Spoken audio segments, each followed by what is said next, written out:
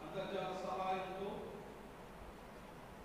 ఆయా ప్రదేశాల నుంచి వీక్షిస్తున్నటువంటి సార్వత్రిక విశ్వాస సమాజం అంతటికి కూడా ప్రభు అయినటువంటి యేసుక్రీస్తు ప్రభుల వారి యొక్క పుణ్యనామములో మీ అందరికీ క్షేమము శుభము కలుగునుగాక.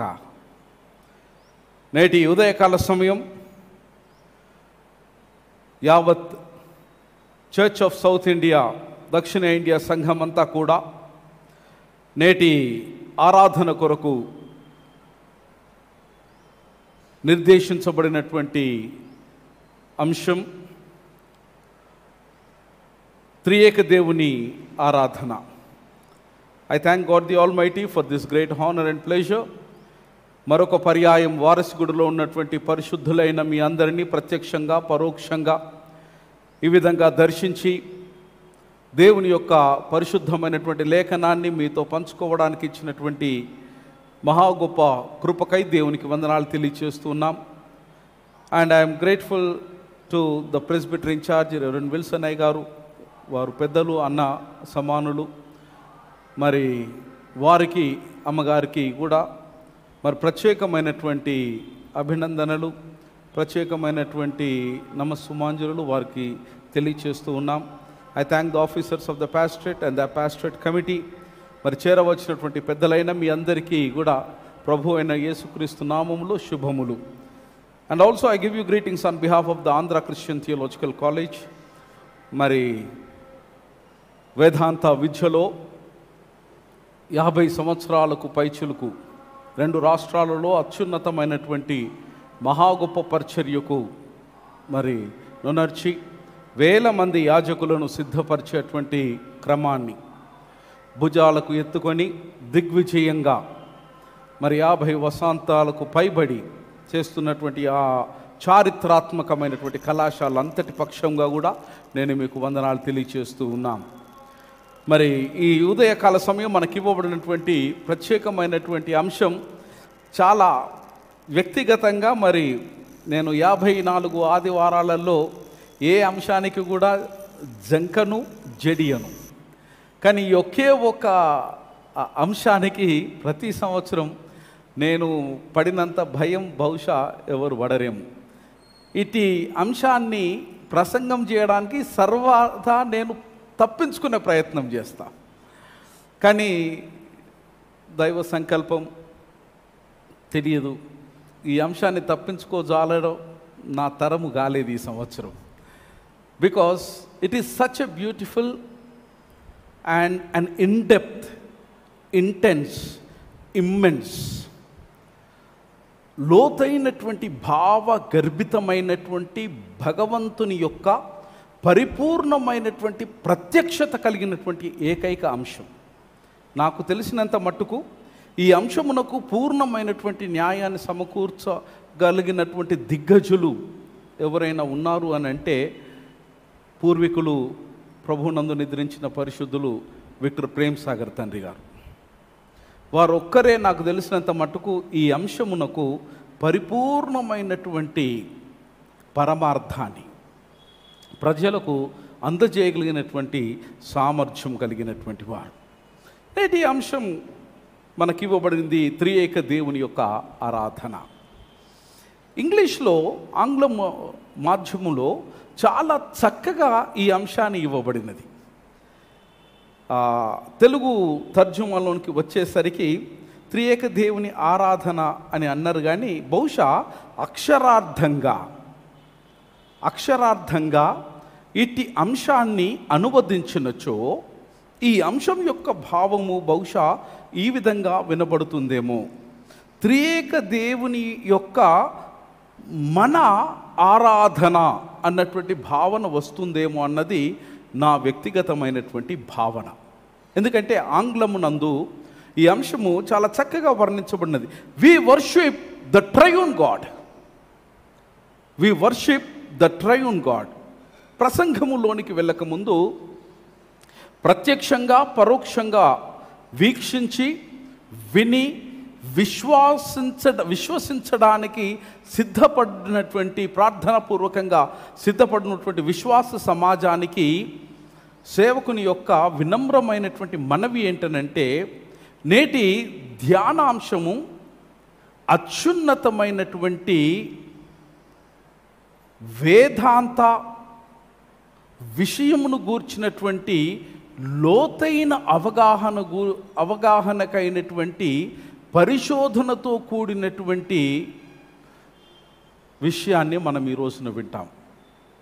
స్నేహితులారా, మిత్రులారా, త్రిత్వము అనేటువంటిది ఈ పెంతెకోస్తు గత 2 లేదా 3 ఆదివారాలుగా మనం ఆరాధిస్తూ ఉన్నప్పుడు త్రిత్వమును గూర్చినటువంటి ఆరాధన చాలా మానవుడి యొక్క శ్రద్ధను, ఇటు ఆరాధన లేదా ఇటు అంశము తన వైపు తన యొక్క శ్రద్ధను ఆకర్షించేటువంటి ఒక ప్రాముఖ్యమైన సిద్ధాంతం.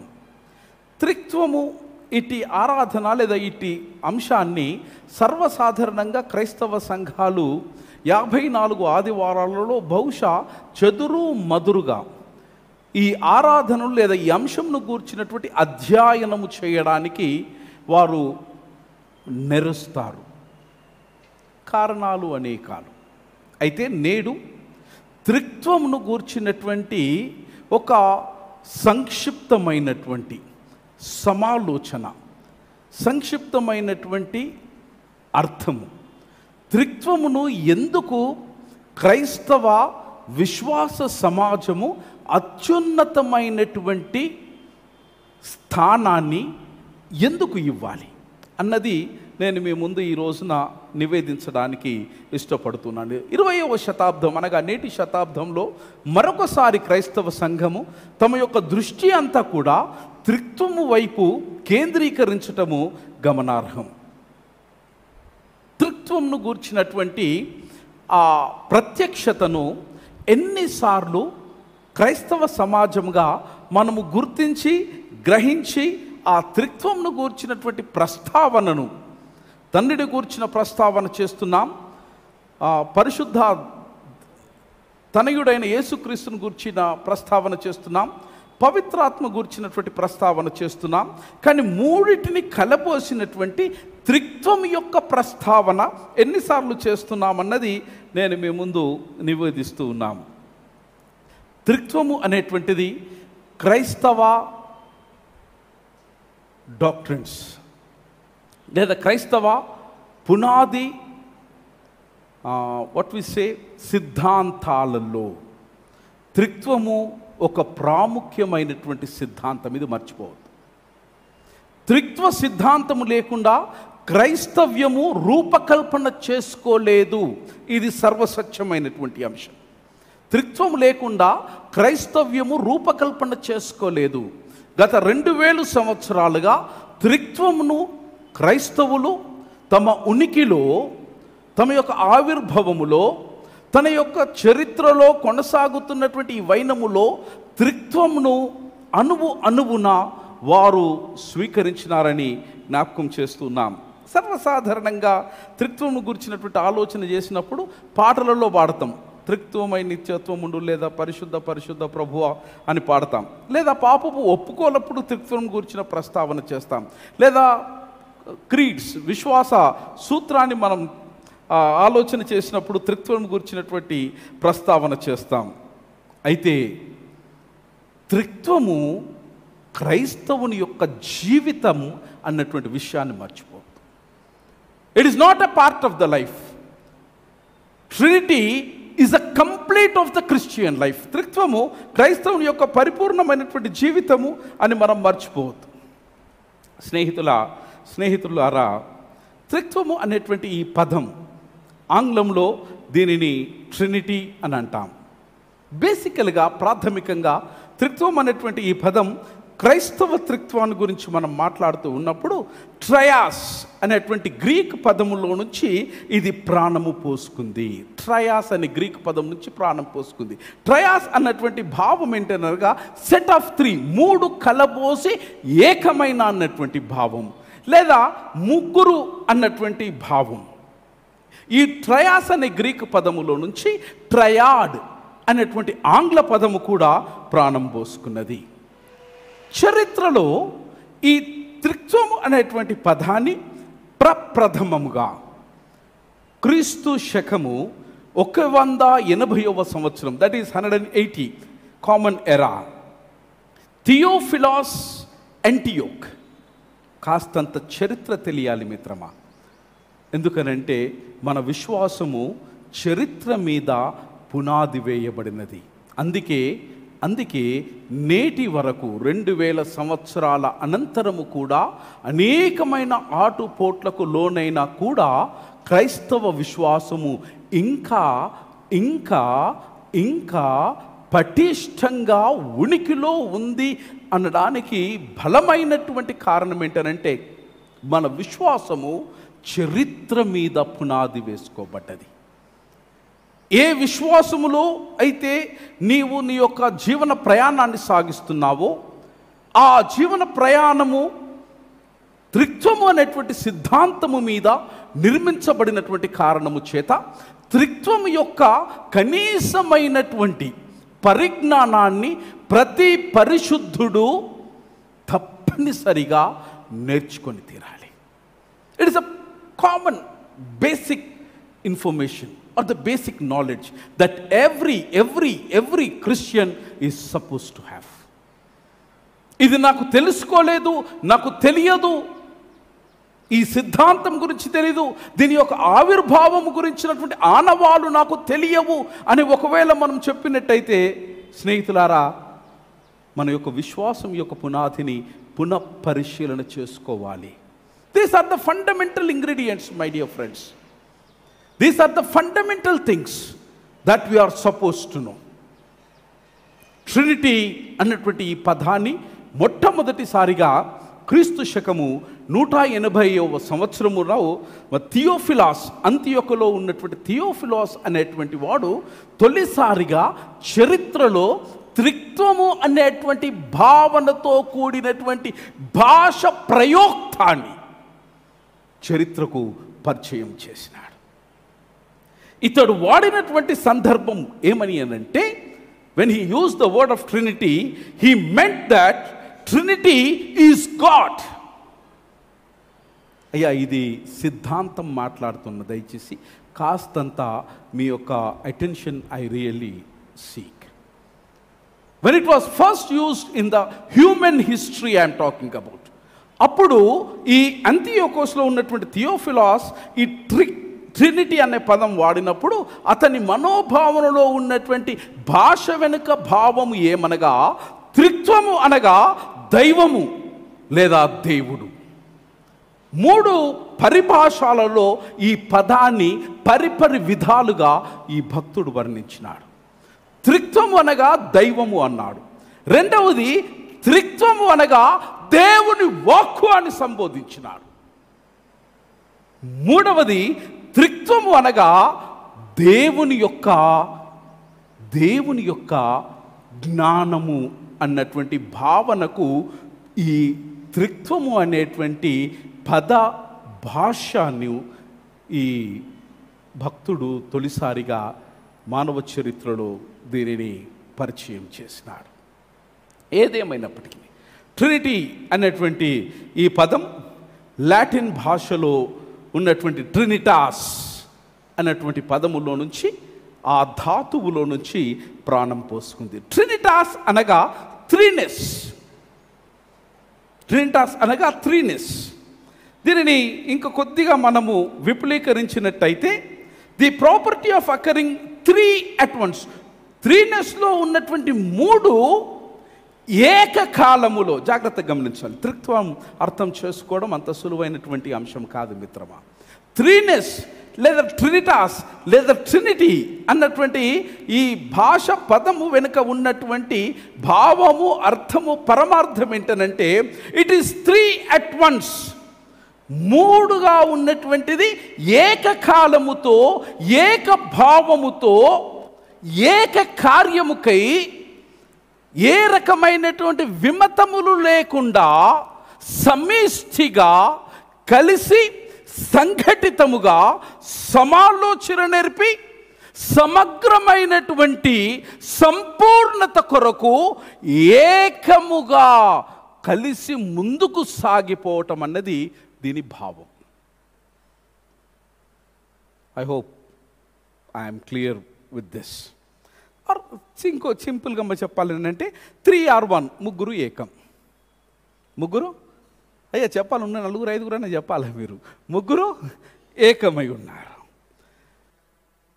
180 సంవత్సరం తర్వాత దీనిని అధికారికంగా 200వ సంవత్సరం, ఇట్ ఇస్ ఎ కామన్ ఎరా, టెర్టూలియన్ నీతిమంతుని జ్ఞాపకం చేసుకున్నట ఆశీర్వాదకరం. క్రైస్తవ విశ్వాసం, క్రైస్తవ సిద్ధాంతం ఈ రోజున ఈ విధంగా పటిష్టంగా ఉన్నదని చెప్పడానికి దీనికి బలమైనటువంటి కృషి చేసినటువంటి మహాభక్త గ్రేసరులలో యేసుక్రీస్తు పునరుత్థానం అనంతరము 200వ శతాబ్దంలో 150వ సంవత్సరము జన్మించినటువంటి ఒక భక్త గ్రేసరుడు టెర్టూలియన్. ఈ పేర్లు మనకు తెలియాలి మిత్రమా. టెర్టూలియన్ అనేటువంటి ఆది క్రైస్తవ సంఘ చరిత్రకారుడు, ఆఫ్రికా ఖండములో ఉన్నటువంటి కార్తేజులో జన్మించినటువంటి వాడు. దేవుని చేత పేరు పెట్టి పిలిచి ఎంపిక చేసుకుని క్రైస్తవులకు అనేకమైన హింసలు కలుగుతూ ఉన్నప్పుడు ఈ టెర్టూలియన్ అనేటువంటి అన్య విశ్వాసములో పుట్టి పెరిగినటువంటి యవన బిడ్డను యేసుక్రీస్తు ప్రభుల వారు పేరు పెట్టి పిలిచి ఆ దినాలలో క్రైస్తవ సంఘ ఇతిహాసము కొరకు మాత్రమే కాక క్రైస్తవ సంఘము వేదాంతము కొరకు క్రైస్తవ సంఘ చరిత్రను భావితరాలకు లిఖించడానికి ఎంపిక చేసుకున్నటువంటి ఒక బహు న్యాయ కోవిదుడు ఈ టెర్టూలియన్. 2 కార్యాలు దేవుడు అన్య జనాంగంలో నుంచి పేరు పెట్టి పిలిచి ఎంపిక చేసుకుని అభిషేకించినటువంటి ఈ వ్యక్తి 2 కార్యాలు చేసినాడు. మొదటిది ఏంటంటే, రోమా ప్రభుత్వంలో ఆది క్రైస్తవ సంఘం అనేకమైనటువంటి న్యాయపరమైనటువంటి చిక్కులలో ఉన్నప్పుడు ఇతడు న్యాయ పట్టములో బహుకోవిదుడు, న్యాయ పట్టాన్ని తీసుకున్నటువంటి వాడు. ఇతడు క్రైస్తవుల కొరకు వ్యాజ్యము చేసి వారి యొక్క నిర్దోషత్వాన్ని ప్రతినిత్యము ఆయన ప్రచురించి క్రైస్తవులను సంరక్షించినటువంటి పరిశుద్ధుడు టెర్టూలియన్. రెండవది ఏంటంటే, అతడు చేసినటువంటిది ఏంటంటే చాలా పుస్తకాలు రాసినాడు. అతడు రాసినటువంటి పుస్తకాలలో దాదాపు 31 పుస్తకాలు జీవనమైనటువంటి ప్రతి విధమైనటువంటి జీవనశైలి గురించి వ్రాస్తూ క్రైస్తవ ఇతిహాసం గురించి కూడా అతడు వ్రాస్తూ ఉన్నాడు. అతడు అధికారికంగా మొదటిసారి ట్రినిటీ అనే పదాన్ని చరిత్రకు పరిచయం చేసినాడు. That's how the concept of Trinity officially came in to the existence of the church. Karl Barth, he is a wonderful theologian. ఈ కారల్ బార్త్ ఏమంటాడనంటే, దేవునికి ఏదైనా నామవాచకముతో సంబోధించవలసి వస్తే అది భగవంతునికి మనం ఇవ్వవలసినటువంటి పేరు ఏంటయ్యానంటే త్రిత్వము అని అంటాడు. Karl Barth is a great theologian. ఆయన పేరు ఎత్తకుండా ఆకాశం కింద ఎవరికి కూడా వేదాంతపు పట్ట రాదు. అటువంటి వాడు ఏమంటాడనంటే, దేవుడు యొక్క నామధేయము ఏమని ఎవరైనా అడిగితే దేవుని యొక్క నామధేయము త్రియేక దేవుడు అని సెలవిస్తాడు. మిత్రమా, ఈ టెర్టూలియన్ క్రైస్తవ విమతములు, ఆది క్రైస్తవ సంఘంలో ఏర్పాటు చేసిన విమతములను సమర్థవంతంగా ఎదుర్కొని క్రైస్తవ విశ్వాసాన్ని పటిష్టపరిచినటువంటి వారిలో వారు అగ్రజులు.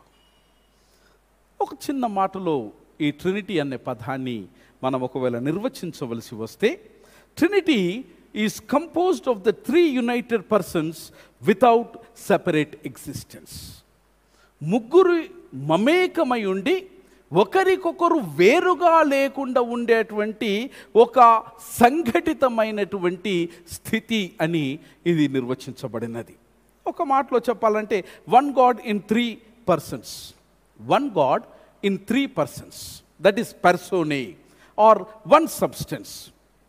Personae, one substance.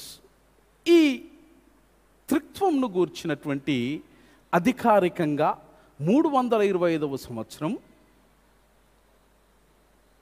Council of Nicaea, ఏదైతే మనం ఇప్పుడు 20 somewhere we will say Nicaea విశ్వాస సూత్రం మనం చెప్తాం, 5వ పుటలను 6వ పుటలను సమ్వేర్ వి ఫైండ్ ఇట్. అమ్మా యా, నైసియా విశ్వాస సూత్రం. అమ్మ చూడొద్దు. ఏదైతే నైసియా విశ్వాస సూత్రం మనం చెబుతున్నామో ఆ నైసియా అనే ప్రదేశంలో జరిగినటువంటి ప్రపంచ దేశంలో ఉన్నటువంటి 300 మంది బిషప్లు కూర్చుని క్రైస్తవ సిద్ధాంతాల మీద ప్రార్థనాపూర్వకంగా ఉపవాసముండి అనేకమైనటువంటి మాసాలు తర్జన భర్జన చేసిన అనంతరం త్రిత్వము, ఏకత్వము అన్నటువంటి ఈ సూత్రాన్ని వారు ఆమోదించినారు. వారు ఆమోదించిన దానిలో ఏంటంటే ఈ త్రిత్వాన్ని హోమోసియోస్ అని అన్నారు. హోమోసియోస్ అనగా తండ్రి అయిన దేవుడు, కుమారుడైన దేవుడు, పవిత్రాత్మ అయినటువంటి దేవుడు వారు ఏకమై ఉన్నారు. Same essence and same substance అనగా ఒకే పదార్థములోనిది, ఒకే సారములోనిది, ఒకే సందేశములోనిది, ఒకే సారాంశములోనిది. భిన్నత్వములో పరిపూర్ణమైనటువంటి ఏకత్వాన్ని పరిచయము చేసినటువంటి ప్రభుల వారు త్రిత్వంలో మనం చూస్తాం. మిత్రమా, కొన్ని ఈ ఆలోచనను బలపరిచేటువంటి లేఖన భాగాలు పవిత్ర గ్రంథంలో మనకు లేవు. అయితే త్రిత్వం అన్నటువంటి పదం ఈ పరిశుద్ధ గ్రంథం 66 పుస్తకాలలో ఎక్కడ కూడా ప్రస్తావించబడలేదు. Nowhere it is mentioned in the book of the Bible among the 66 books. But ప్రత్యక్షంగా త్రిత్వం అనే పదము ప్రత్యక్షంగా ప్రస్తావించకపోయినప్పటికీ పరోక్షంగా ఆది కాండం నుంచి ప్రకటన గ్రంథం వరకు త్రియేక దేవుని యొక్క ప్రత్యక్షత, బహిర్గత అణువున లేఖనాలు మనకు ప్రబోధిస్తున్నటువంటి కారణము చేత ఈ త్రిత్వం అనేటువంటి సిద్ధాంతము క్రైస్తవ ఇతిహాసములో, క్రైస్తవ జీవన నిర్మాణములో, సంఘ నిర్మాణంలో త్రిత్వము అత్యంతమైనటువంటి ప్రాధాన్యతను సంతరించుకుంది. దీన్ని గూర్చినటువంటి ఆలోచన లేఖనాలలో మనకు ఆయా సందర్భాలలో కనబడతాయి. కొన్ని లేఖనాలు నేను మీతో నివేదిస్తాను. బైబిల్లో భగవంతుని ఆయా నామధేయంబులతో అనేక సందర్భాలలో ప్రజలు సంబోధించినారు. యెహోవా దేవుని సంబోధించినటువంటి ఒక నామధేయంబు ఏంటంటే ఎలోహీం. ఎలోహీం. యేసుక్రీస్తు ప్రభుల వారు సిలువ పైన కూడా వారు మాట్లాడినటువంటి సప్త స్వరాలలో ఒక పదం ఏలీ ఏలీ, ఎలోహీం పదములో నుంచి ప్రాణం పోసుకుంది. ఎలోహీం అన్నటువంటి ఈ పదం, భగవంతునికి సంబోధించబడిన ఈ పదము, ఇది సర్వసాధారణంగా బహువచనానికి సంకేతము. ఎలోహీం అనే పదం పవిత్ర గ్రంథంలో బహువచనానికి సంకేతము. ఇది ఏమంటారండి, ద్వితీయోపదేశ కాండము 6:4లో మనం చూస్తాం. రెండవది చూడొద్దు, బైబిల్ మీరు చూడొద్దు, వట్టిగా వింటే చాలు నన్ను. రెండవది ఆది కాండము 1వ అధ్యాయం 26వ వచనం పాత నిబంధన గ్రంథంలో మనం విన్నప్పుడు, రండి, come let us make human in our own image. రండి, మన పోలిక చొప్పున మనము. అగైన్ ద ప్లురాలిటీ, బహువచనము, బహుళత్వము, భగవంతుని యొక్క బహుళత్వము చాలా స్పష్టంగా మనకు అగుపడుతూ ఉంది. సంఖ్యాకాండము 6:24వ వచనంలో, తర్వాత ఐజయా గ్రంథము 6:3లో కూడా ఈ బహుళత్వం అనేటువంటిది భగవంతునిది చాలా స్పష్టంగా మనం చూస్తూ ఉన్నాం. పరిశుద్ధుడు, పరిశుద్ధుడు, పరిశుద్ధుడు. మనం అప్పుడప్పుడు ప్రార్థన కూడా చేస్తాం కదా, పరిశుద్ధుడు, పరిశుద్ధుడు, పరిశుద్ధుడని ప్రధానమైన దూతలతోనూ. అయ్యో, మీరు చేయరా ఇట్లా ప్రార్థన? సరే సరే, మంచోళ్ళు అయితే మీరు. So when it is mentioned 3 times, when it is mentioned, it is only mentioned 3 times in the book of Isaiah. So it supports and substantiates the trinity or the idea of trinity. నూతన నిబంధనలో మనకు మత్తయి సువార్త 28వ అధ్యాయంలో we can see, దాని తర్వాత acts అపోస్తుల కార్యము 2:32 నుంచి 33 మనం చూస్తాం. తర్వాత బెనిడిక్షన్ ఫార్ములా, మన ప్రభు అయిన యేసుక్రీస్తు కృప, తండ్రి దేవుని యొక్క ప్రేమ, పవిత్రాత్మ యొక్క అన్యోన్య సహవాసం. Again the trinitarian formula we see, and again we see at the baptism of Christ. యేసుక్రీస్తు ప్రభుల వారు బాప్తిజం పొందినప్పుడు ఆకాశం నుంచి తండ్రి అయిన దేవుడు శాబ్దికంగా తన యొక్క స్వరాన్ని వినిపించినాడు. కుమారుడు ఉపస్థితులైనాడు. పవిత్రాత్ములు కుమారుని యొక్క శిరస్సుపై నుండి అభిషేకించి, ఈయనే నా ప్రియ కుమారుడు, ఈయన యందు నేను ఆనందిస్తున్నాను. త్రిత్వంని ఈ విధంగా మనం అనేక విధాలుగా మనం చూస్తుండవచ్చు. త్రిత్వాన్ని ఒకవేళ సూక్ష్మంగా సంగ్రహణము చేసుకోవడానికి 4 సూక్ష్మమైన విషయాలు నేను మీ ముందు నివేదిస్తాను. త్రిత్వం అనగా ఇట్ ఈస్ వన్ బీయింగ్. త్రిత్వం అనగా ఇట్ ఈస్ వన్ బీయింగ్ అనగా ఒకే అస్తిత్వము కలిగినటువంటి 3 వ్యక్తులు, లేదా ఒకే అస్తిత్వం కలిగినటువంటి 3 వ్యక్తుల యొక్క వ్యక్తిత్వం. It is one being. ఆ 3 వ్యక్తులకు కావలసినటువంటి ఒకే ఒక పదార్థం. It is an essence or it is a substance who exist eternally. 3 కూడా నిత్యత్వంలో ఉన్నటువంటి వారు.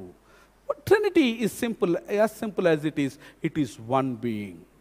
రెండవది ఏంటనంటే వన్ ఐడెంటికల్ డివైన్ సబ్స్టెన్స్. ముగ్గురికి కూడా ఒకే రకమైనటువంటి ఏక గుర్తింపు కలిగినటువంటి ఒకే పదార్థము. పైననేమో ఒకే విషయము, రెండవది ఒకే పదార్థము. విషయములో విమతములు లేవు. మనోభావనలో ఎలాంటి వ్యత్యాసము లేదు.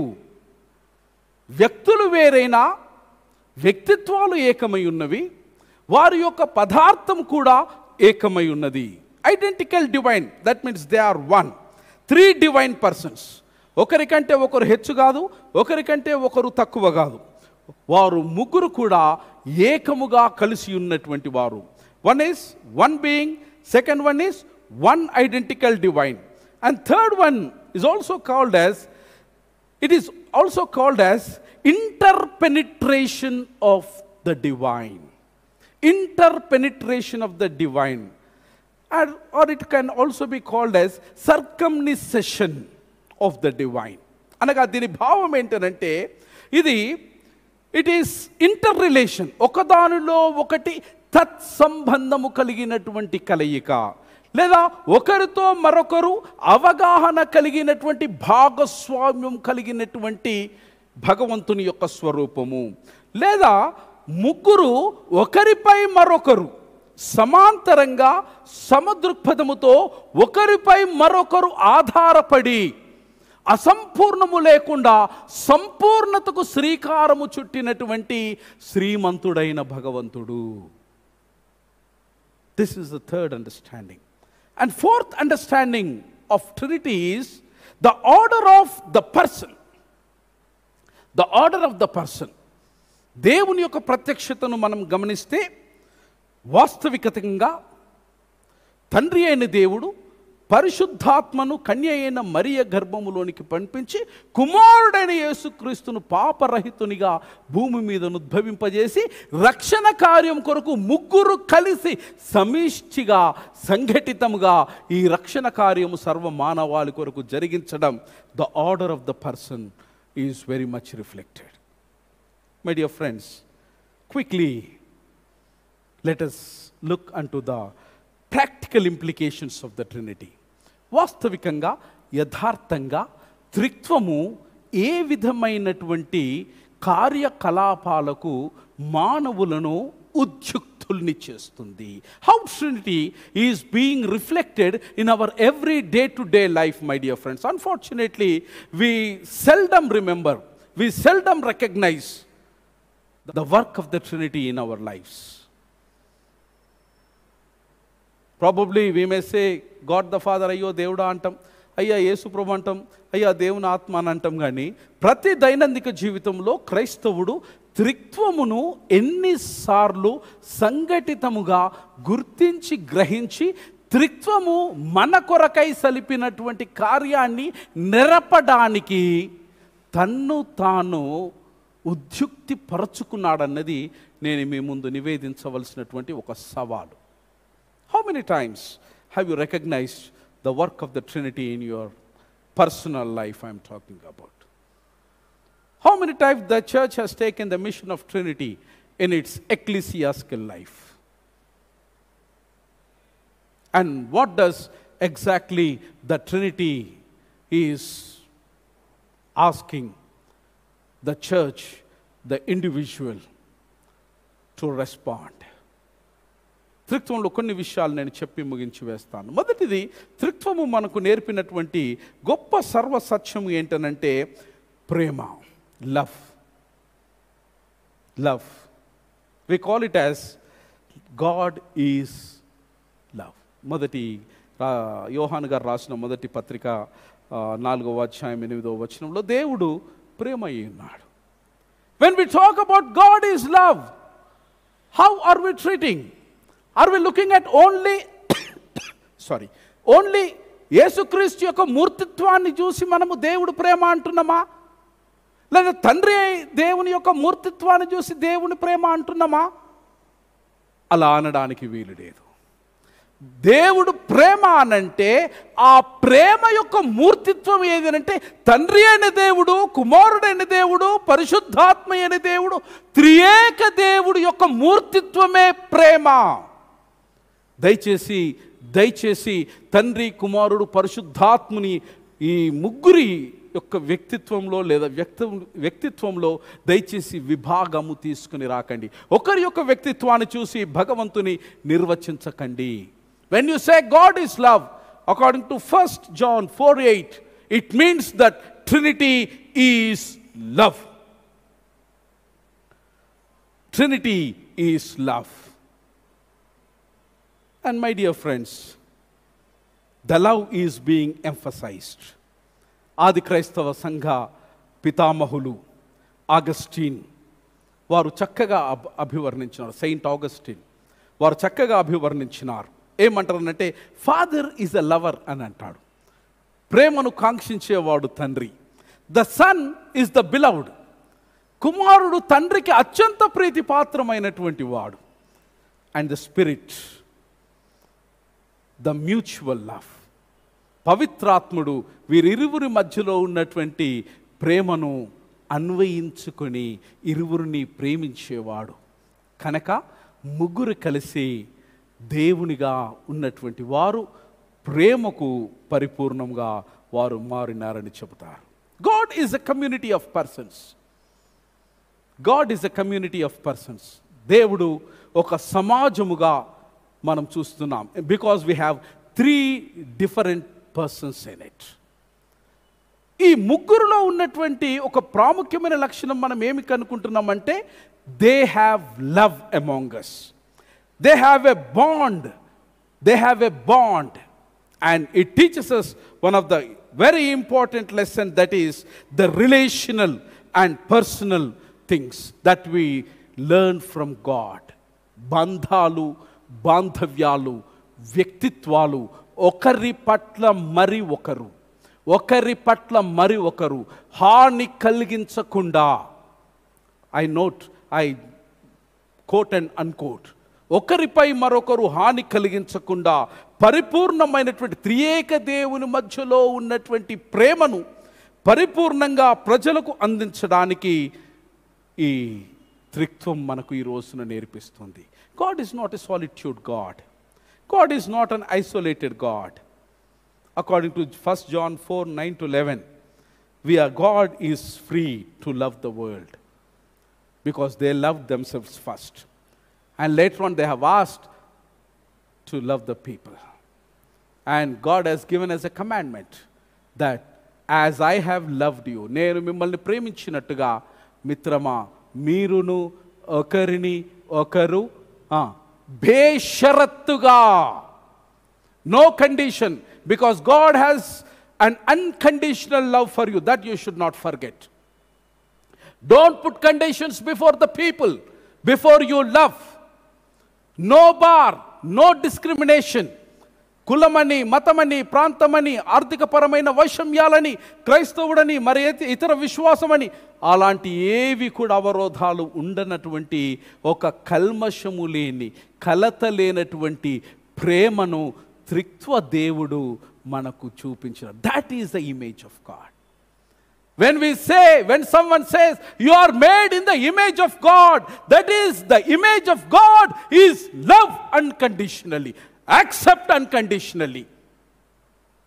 If you are putting any conditions, my dear friends, the image of God will be distracted. దేవుని యొక్క ఆ స్వరూపము అది వీగిపోతుంది, విరిగిపోతుంది, పరిపూర్ణము కాదు అని మీకు జ్ఞాపకం చేస్తూ ఉన్నాం. ఈ సమయంలో when we talk about God, as we have read a beautiful lesson, పాత నిబంధన గ్రంథంలో మనం చదువుకున్నాం, that is, human beings are made in the image of God. మనుషులు భగవంతుని యొక్క స్వరూపంలో వారు చేయబడ్డారు. What do you mean when you say it is an image of God? We have our own perceptions, we have our own understandings, isn't it? Am I right? Emandi? We have our own things. But my dear friends, let me say another important component of today's meditation. When we say about the image of God, దీని Latin భాషలో Imago die అని అంటారు. జాగ్రత్త, ఇది చాలా ప్రాముఖ్యమైనటువంటి భగవంతుని అర్థము చేసుకునే సిద్ధాంతము. ఇమాగో డై అని లాటిన్ భాషలో అన్నారు. ఇమాగో డై అనేటువంటిది వేదాంతపరమైనటువంటి పరిభాష. జాగ్రత్త, ఇది వేదాంతపరమైనటువంటి పరిభాష.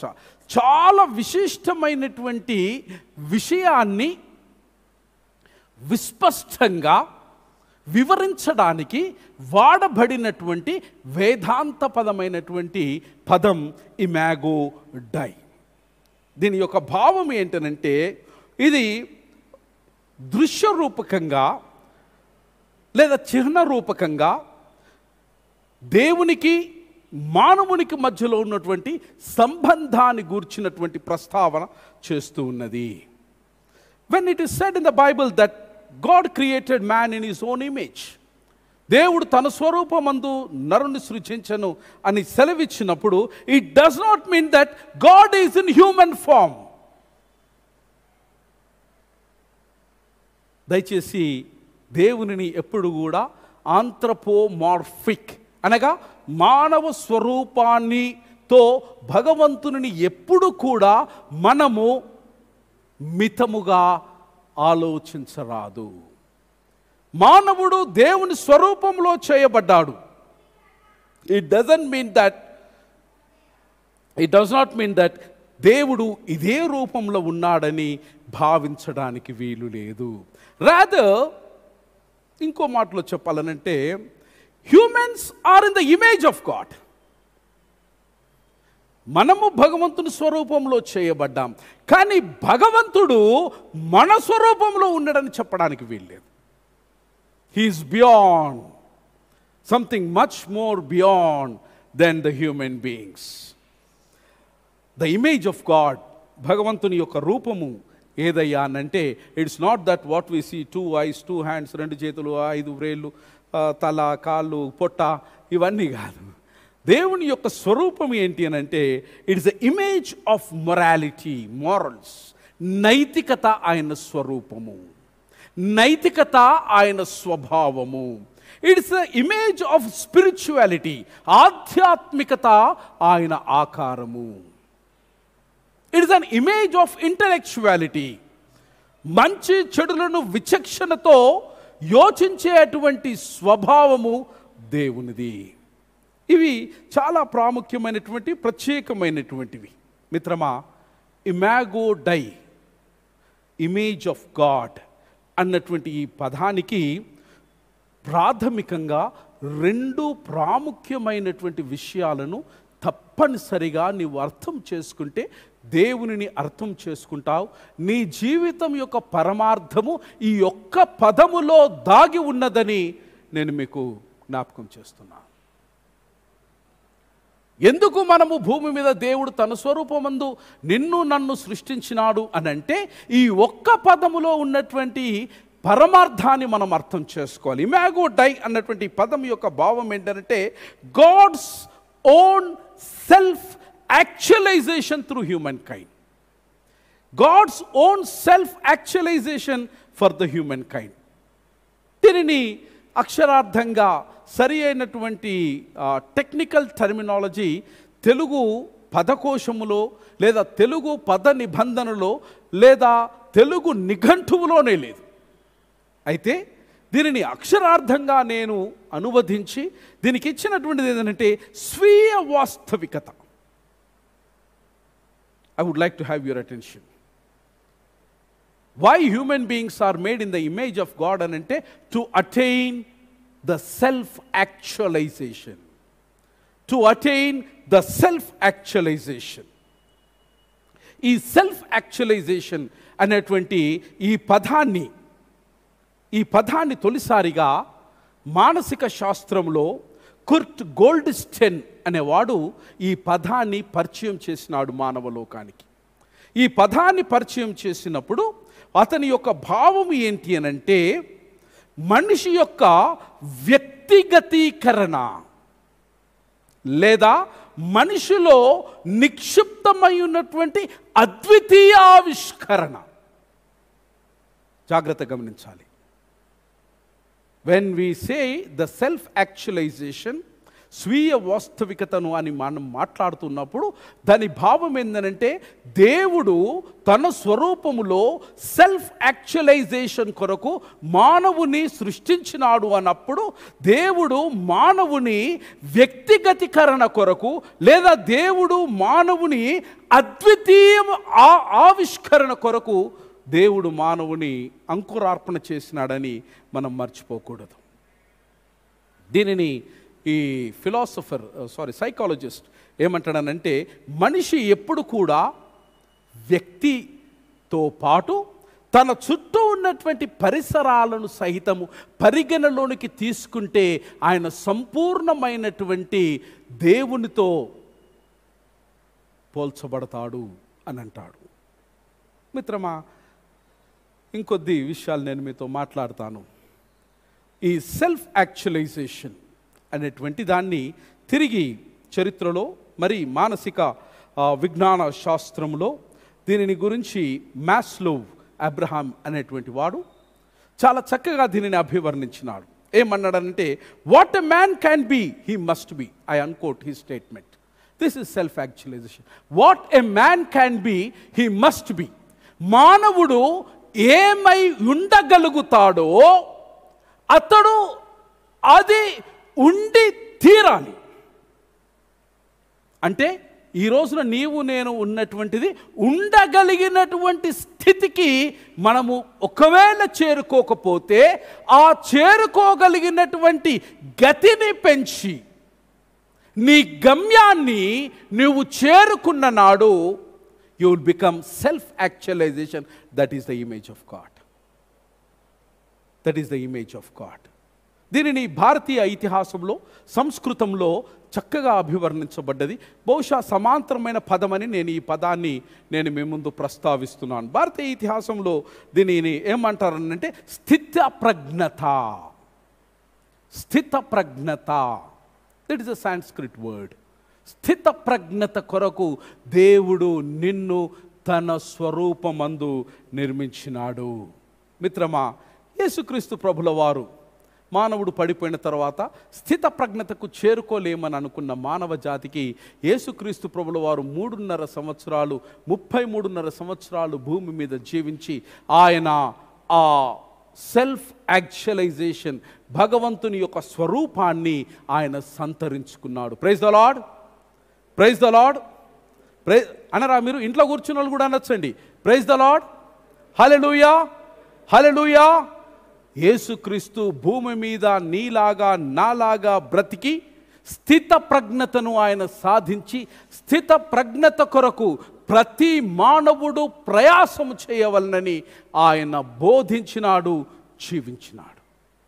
ఏ విధంగా స్థిత ప్రజ్ఞత సాధ్యం? How can we really attain the image of God, image డియో అనేటువంటిది ఏ విధంగా మనము సమకూర్చుకుంటాం? మొదటిది ఏంటంటే, మనిషి తన యొక్క ఆధ్యాత్మిక అభ్యాసానికి మనిషి కష్టపడాలి, లేదా ప్రయత్నం చేయాలి, లేదా అభ్యాసం చేయాలి. ఆధ్యాత్మిక అభివృద్ధికి కట్టుబడి ఉండాలి. ఆధ్యాత్మికతకు మానవుడు కట్టుబడి ఉండాలి. ఇది యేసు ప్రభుల వారు అభ్యసించినటువంటి తొలి సూత్రము. రెండవది ఏంటంటే, you should have an intimated relationship with God. దేవునితో విడదీయరానటువంటి బంధము, అనుబంధము కలిగి ఉండని వాడు భగవంతుని స్వరూపాన్ని సంతరించుకోలేడు. No compromise, no compromise. My dear friends, let us make an introspection of ourselves. How is our life of faith? విశ్వాస జీవితం మనది ఏ విధంగా ఉంది? According to the context and the challenges, are we really compromising with the faith, values and the ethics? ఈ ఒక్కసారికి ఇడిసబెట్టు దేవా, ఇక ఏదో చూసి చూడనట్టు వెళ్ళిపో, ద రెస్ట్ మళ్ళీ రేపటి నుంచి నేను నీకు దగ్గరగా ఉంటాను. Jesus didn't do that. Even for an iota, Jesus was absolutely depending on divine. That is the image of God. Depending on divine is an image of God. Third one, Jesus has found the healing component in divine. తనకంటే అత్యున్నతమైనటువంటి ఆ భగవంతుని యొక్క స్వరూపము ద్వారా, ఆ భగవంతుని యొక్క స్వరూపములో యేసుక్రీస్తు ప్రభుల వారు స్వస్థతను ఆయన కనుగొనగలిగినాడు. And Jesus has found the comfort. ఆదరణ కనుక్కున్నాడు. Jesus has found the restoration. పునర్జీవం కనుక్కున్నాడు. Jesus has found the inspiration. ఉత్సాహాన్ని, ఉత్తేజాన్ని, ఉత్ప్రేరణను తనకంటే అత్యున్నతమైనటువంటి ఆ పరమేశ్వరుడు అయిన యేసుక్రీస్తు లేదా యెహోవా దేవుడు లేదా త్రిత్వం నుంచి ఆయన తీసుకున్నాడు. మిత్రమా, Jesus has found guidance through his connection with the higher self. ఈ corona కాంటెక్స్ట్లో if we really relate ourselves with our own image, who is in the higher self, probably we find meaning of the context. Are we really finding the healing? Healing not necessarily mean that you should be healed physically. It can be also emotionally. And are we finding the comfort? Are we getting the restoration? And next one Jesus has done is he has learned to surrender and trust the source which he was guiding. రెండవది imago dei. మొదటిది self actualisation. రెండవది ఏంటంటే God's care for humankind. This is another promise by God. You are made in the image of God. It means, it assures ఒక బలమైనటువంటి భరోసా. భగవంతుడు మానవుని తన స్వరూపమందు ఎందుకు చేసినాడయ్యా అనంటే, because God cares for you. This is the meaning. దేవుడు తన స్వరూపములో నిన్ను ఎందుకు చేసినాడనంటే, దేవుడు నిన్ను ఈ విశ్వములో, ఈ భూమి మీద అనాథగా విడిచిపెట్టి ఉండడానికి కాదు మిత్రమా. కరోనాతో కలవరపడుతున్నావా? కరోనా వల్ల ఒకవేళ మన బంధుమిత్రులను ఎవరైనా కోల్పోయినామా? కరోనా మనకు కన్నీటికి కారణమవుతున్నదా? చెప్పనటువంటి వర్ణనాతీతమైనటువంటి వేదనకు, వ్యధకు లోనవుతున్నావా?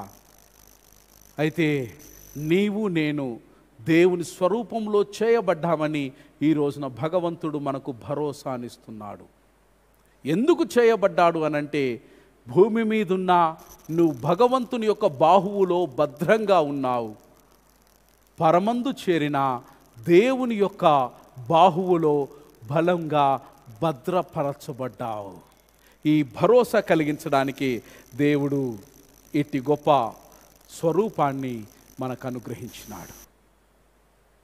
త్రిత్వము భిన్నత్వంలో ఏకత్వాన్ని ప్రబోధిస్తుంది. త్రిత్వము భగవంతుని ఏక కార్యం కొరకు మనల్ని ప్రేరేపిస్తుంది. వైషమ్యాలు సహజమైనటువంటి స్వభావాలు, విమతములు సహజమైనటువంటి అనుభవాలు. అయితే వాటన్నిటిలో ఏకత్వము కలిగినటువంటి దేవుడు అందించేటువంటి మహా గొప్ప సందేశం ఏంటంటే, మీరు నేను భగవంతుని ప్రేమను భూమి మీద విస్తరింప చేయడానికి దేవుని యొక్క స్వరూపాన్ని సంతరించుకున్నాం. మొదటి సత్యం, దేవుని యొక్క స్వరూపము నిన్ను స్థిత ప్రజ్ఞతకు, అత్యున్నతమైనటువంటి మానసిక శారీరకమైనటువంటి స్థితికి తీసుకుని వెళ్ళడానికి దేవుని స్వరూపంలో మనం చేయబడ్డాం. మూడవది, త్రిత్వము వారి మధ్యలో ఉన్నటువంటి ఆ ప్రేమతో పాటు సంరక్షణ. ఆ సంరక్షణ దేవుడు మనకు ఇచ్చిన విధంగా మనము సంరక్షణను మన తోటి వారికి, మన సహ సృష్టికి అందింపబద్ధులమై ఉన్నాం. అప్పుడే ఈ యొక్క స్వరూపానికి సార్థకత, ఈ యొక్క జన్మకు ఒక అర్థము, మన జీవితానికి ఒక పరమార్థము. అలాంటి పారమార్థికమైనటువంటి జీవితాన్ని జీవించడానికి త్రియేక దేవుడు మనకు సహాయం చేయనుగాక. ఆమెన్.